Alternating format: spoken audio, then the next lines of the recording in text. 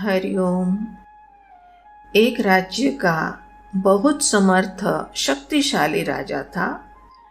उन्होंने अपने सामर्थ्य, बल और प्रेम से प्रजा के मन को जीता हुआ था। हर दृष्टि से वो बहुत अच्छा था, किंतु शारीरिक रूप से वह क्षतिग्रस्त था। एक आंख से काना था, किंतु इस बात का उसे रत्ती मात्र भी रंज नहीं था। उनके प्रेम, करुणा, उदारता ऐसे अनेकों गुणों की वजह से उनकी प्रजा को भी उनकी इस दिव्यांगता का कोई महत्व नहीं था। ये बात सत्य है कि सद्गुण सदैव छोटी मोटी क्षतियों को ढक देता है। एक बार राजा अपने महल के किसी कक्ष में गया जहां उनके पूर्वजों की स्मृतियां थी। उसने देखा कि एक दीवार पर उनके पिता, पितामह, प्रपितामह आदि अनेकों पूर्वजों की आकर्षक बड़ी सुंदर तस्वीरें लगी हुई है, लेकिन उसमें एक स्लॉट खाली था। उसे एहसास हुआ कि हमारे मरने के बाद यहाँ हमारी तस्वीर लगाई जाएगी। ये सोचकर पहली बार उसे अपने शारीरिक रूप से क्षत होने का एहसास हुआ। उसे विचार आया कि हमारी एक आंख से कानी तस्वीर लगाई जाएगी तो कैसा लगेगा। ये सोचकर वो मायूस हो गया। उसने सोचा कि क्यों न हम अपने जीते जी ही अपनी तस्वीर बनाकर लगा देवे। इसलिए उसने घोषणा की कि हमारी एक तस्वीर बनाई जाए। बड़े बड़े देश विदेशों से अनेकों चित्रकारों को बुलाया गया। एक से एक बड़े चित्रकार राजा के दरबार में आए। राजा ने उन सभी से हाथ जोड़कर आग्रह किया कि वो उसकी एक बहुत सुंदर तस्वीर बनाए जो राजमहल में लगाई जाएगी। सारे चित्रकार सोचने लगे कि राजा तो पहले से ही विकलांग है, फिर उसकी तस्वीर को बहुत सुंदर कैसे बनाया जा सकता है। ये तो संभव ही नहीं है। और अगर तस्वीर सुंदर नहीं बनी तो राजा कुपित होकर और दंडित करेगा। ये सोचकर सारे चित्रकारों ने तस्वीर बनाने से मना कर दिया।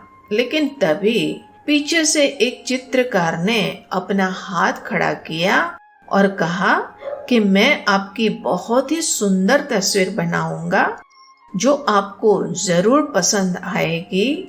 न केवल आपको पसंद आएगी, किंतु ये तस्वीर की सराहना किए बिना कोई भी नहीं चुकेगा। ये सुनकर राजा ने उन चित्रकार को कहा कि अगर मैं तुम्हारी तस्वीर से प्रसन्न हुआ तो मैं तुम्हें मन चाहा इनाम दूंगा। फिर चित्रकार ने शीघ्र ही राजा से आज्ञा ली और तस्वीर बनाने में जुट गया।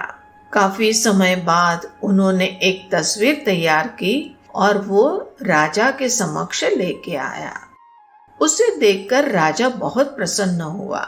सभी नगरवासी, सभी देश विदेश से अनेकों कलाकार लोग इस चित्र को देखने के लिए पहुंचे और ये देखकर सब लोग आश्चर्यचकित रह गए।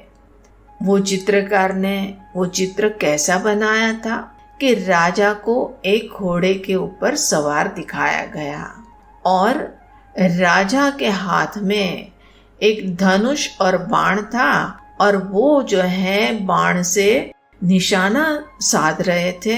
और जब भी बाण से निशाना साधना होता है तो उस वक्त एक आंख को बंद करना पड़ता है।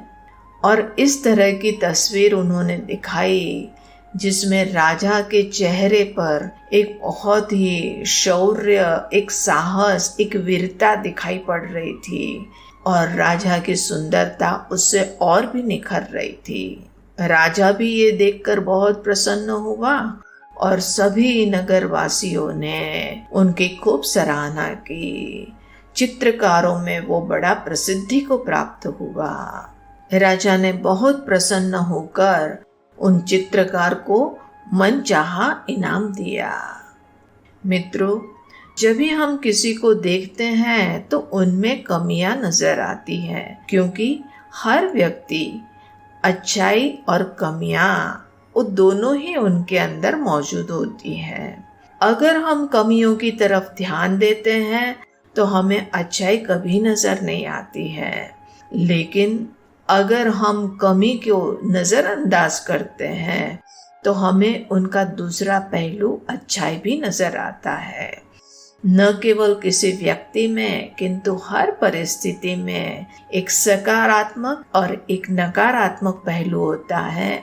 हमें ये अभ्यास बनाना चाहिए कि हम नकारात्मक पहलू की तरफ ध्यान न दें, लेकिन सदैव सकारात्मक पहलू को देखें। तभी हमारी ये सकारात्मक सोच कैसी भी जीवन की कठिनाई हो, कैसी भी समस्या हो, उसको हल कर सकती है। हरि ओम।